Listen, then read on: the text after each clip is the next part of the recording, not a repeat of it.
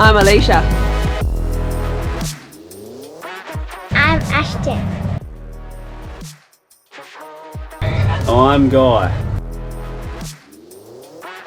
I'm Havana.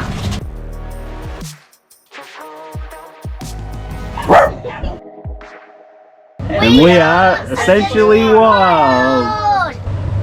Thanks for watching. Alicia set us up a gate track while we try to get to 14 mile. Corrugated as a buggery. One job. She had one job. Let the front tyre down to 20 psi. The tyre is now at negative 10 psi. Time to get the pump out, pump it back up. But always fun letting the tyres down. Let them down, get on this beach, let's go. So we're back on the move. Quick, let the tyres down. 20 in the front, 25 on the rear axle of the car, and then 25 all around on the van. Just takes the sting out of it for you and for us in the vehicle. It's definitely popped up now.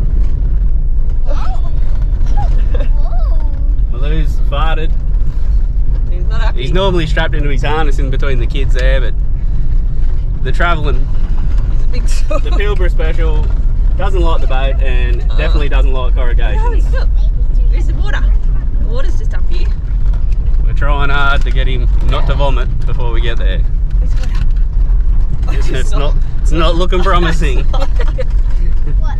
Not even there. He's not looking good. Here he goes. Here he goes, everyone. He's licking his lips. You should make it. We're almost there. Anyone want to come into this 14 mile? She's a bit of a goat track. Here we are. But Here's it's the not. dump point. Here's the bins. It's not too bad. It's easy doable. Definitely need a 4-wheel drive and you want a high clearance van. But all in all, pretty easy track. Just take it slow It's not looking and steady. It's not looking good. Here he goes.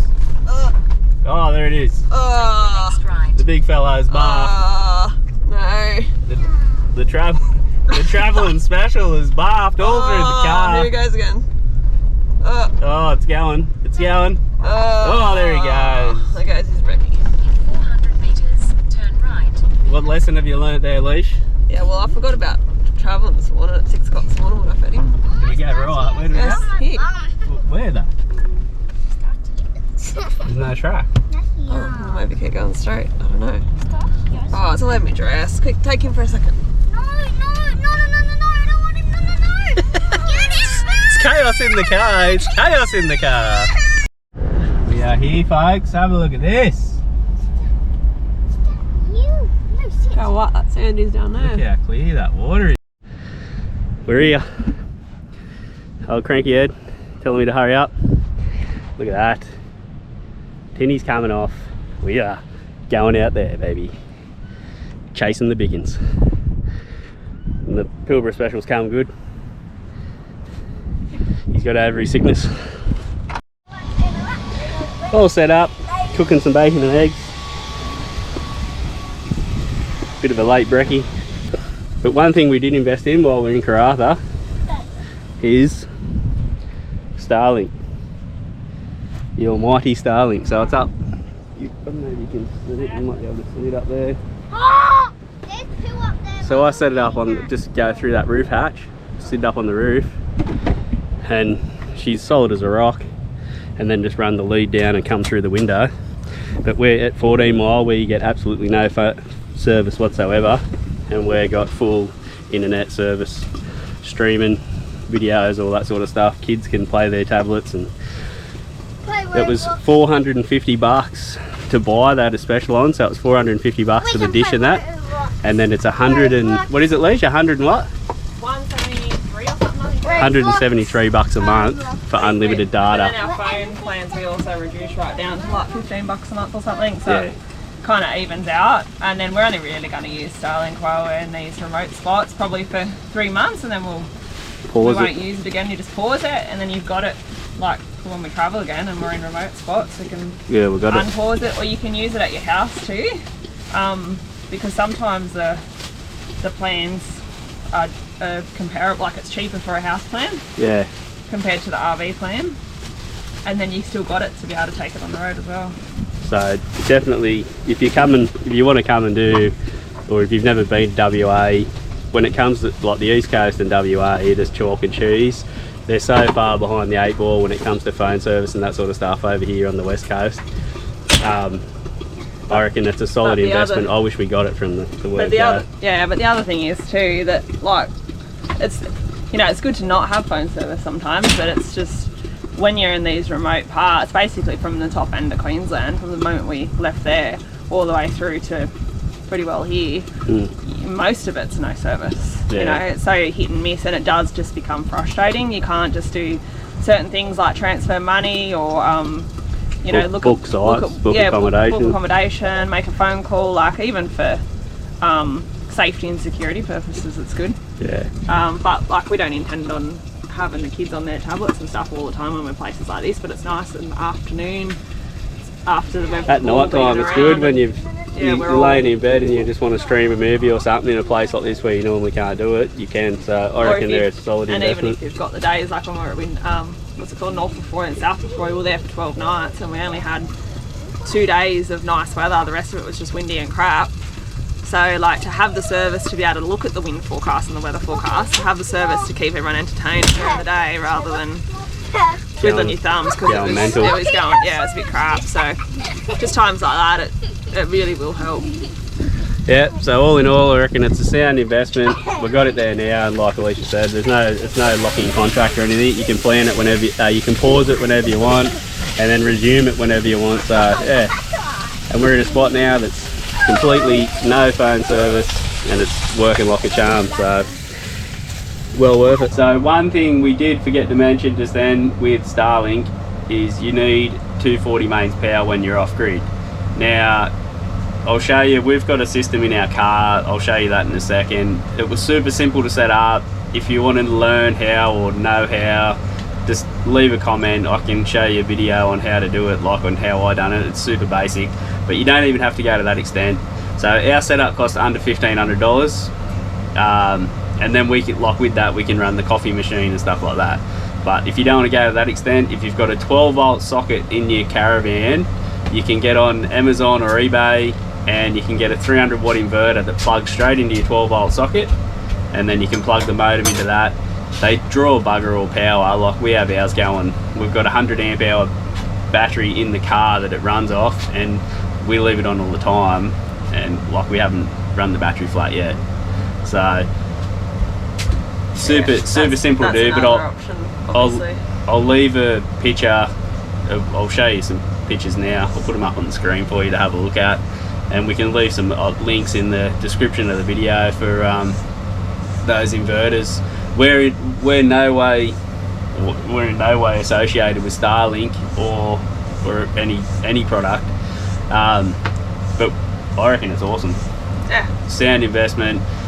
It's awesome for the homeschooling side of things. We've met plenty of people travelling that have invested a lot more than what Starlink costs just on the like Wi-Fi setups, the cell-fi booster things, and they're really quite useless. Like they'll boost service if there is service there, but you've still got to have like probably a bar of service or something for it to boost it and make it better, and even then it's hit and miss. And they've, you know, we've met people that spent $1,000, $2,000 on them, and they're way less, you know, they work a lot less than what Starlink does. Like Starlink will just work anywhere.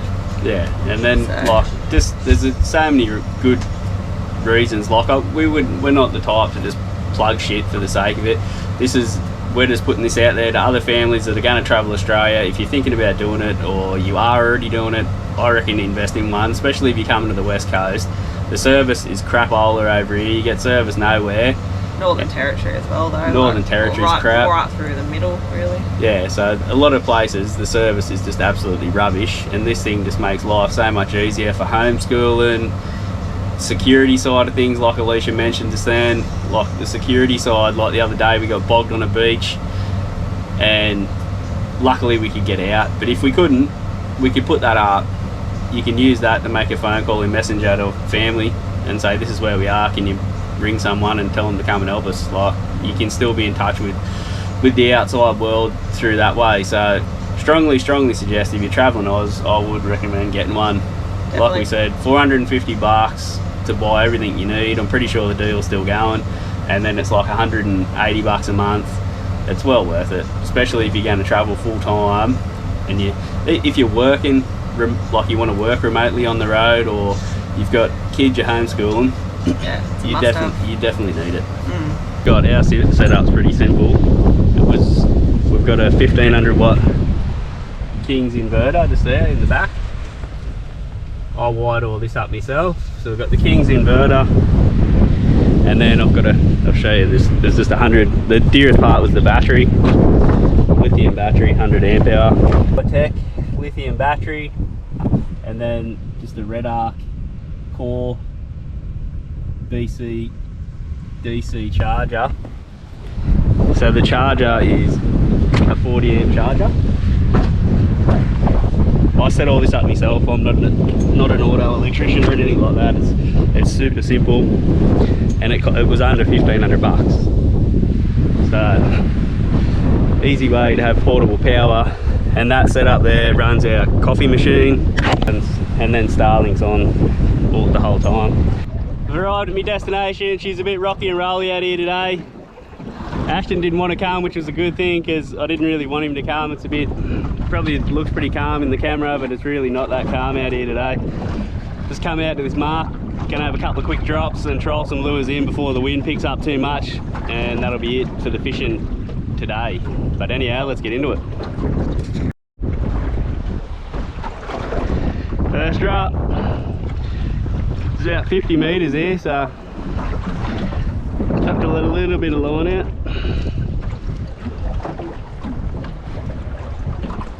Good fish. Good fish. Oh no! No!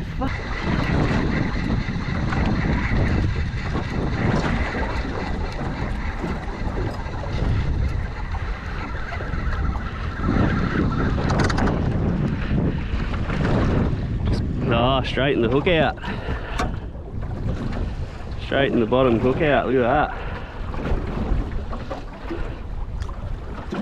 Yeah, that was a solid fish, whatever that was. Just that one hook up, and then couldn't seal the deal. It's getting a bit too blowy out here now, rocking and rolling. It's getting a bit wild and a little tinny, so just rigged up a couple of rods. We're gonna I'll just troll some lures back into shore. Hopefully get a hook up that way, but she's getting a bit heavy going out here now. Time to head in. Don't want to overstay me welcome.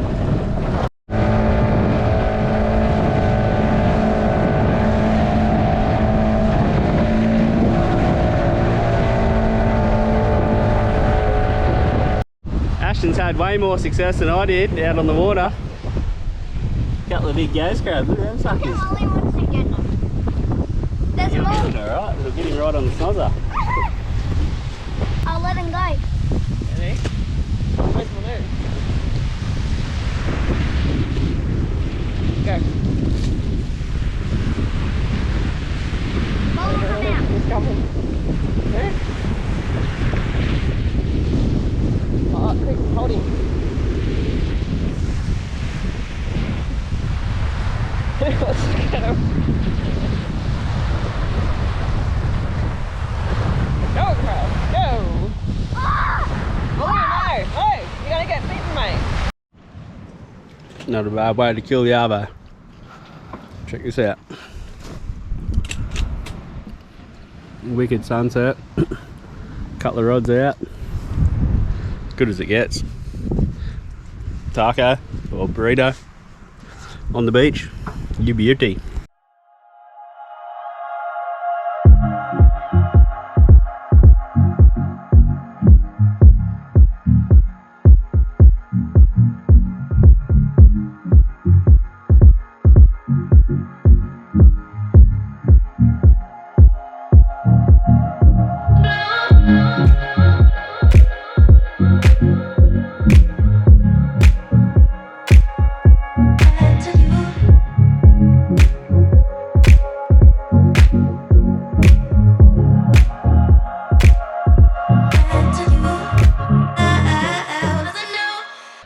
Backup day, it's always the worst. Kids are just downloading a few games. We're about to pack up Starlink. Tip for young players. So we were just about to put it back in the box. We'd unpacked it all, like unplugged it all, about to put it in the box. Before you pack it down, we'll try to pack it up, you got it, in the settings, you got to hit stow so that it brings the dish. You can sort of see there, that pole has got to go back up in here, and so you can fit it back in the box to transport it. So, tip for young players, we've got a bit ahead of ourselves there. Hey, Leash. So, Guy, what's going on here? Brand new compressor, used ones, and didn't check his surroundings before he moved the car and ran straight over it. So, let's hope that it bloody works when we leave so that we can pump up the car tyres and the caravan tyres. Otherwise, we're in a bit of a pickle. We're like almost 3 hours to get, well, closest spot's probably Coral Bay, but still, we need air. She'll work, mate. Have faith. Must have been. This one actually is my fault. I didn't. I got it. He's done it once before too. This is gonna be I reminded him, my umbrella. Move the car. Does pay to check your surroundings before you move the car. Doesn't it? Yeah, something. We're out of there. See you later, 14 Mile. What an awesome spot. Loved it. What do you think? That was lovely. We got, you know, not too got good unlucky weather. We got with the wind. It was pretty good. You wouldn't want it. We had a bit of breeze. Yes, the Arvo got real breezy, but a big storm come over and then it stopped and just glassed out. It was like a magic afternoon. That was beautiful. But you wouldn't want it too, like it just got so steamy after that until the onshore breeze picked up again. And flies everywhere. But yeah, it's an awesome spot. Highly recommend that one. The track in, this is the track in. It's got little corrugations, but it's nothing serious. I reckon you'd get an on-road caravan in here if you wanted to. Awesome spot, highly recommend it. And if you got a rooftop tinny, well, you're laughing. You launch it off the beach there and straight out to the reef. Perfect. For those of you that were worried about the mishap this morning running over the pump compressor, she's rock solid, mate. Working like a charm. Thank God for that, otherwise I would have never heard the end of it. Anyhow, if you like what you're seeing, what do they got to do? Like and subscribe. That's it. Smash the like button and subscribe to the channel. Still heaps to come. Thanks for watching.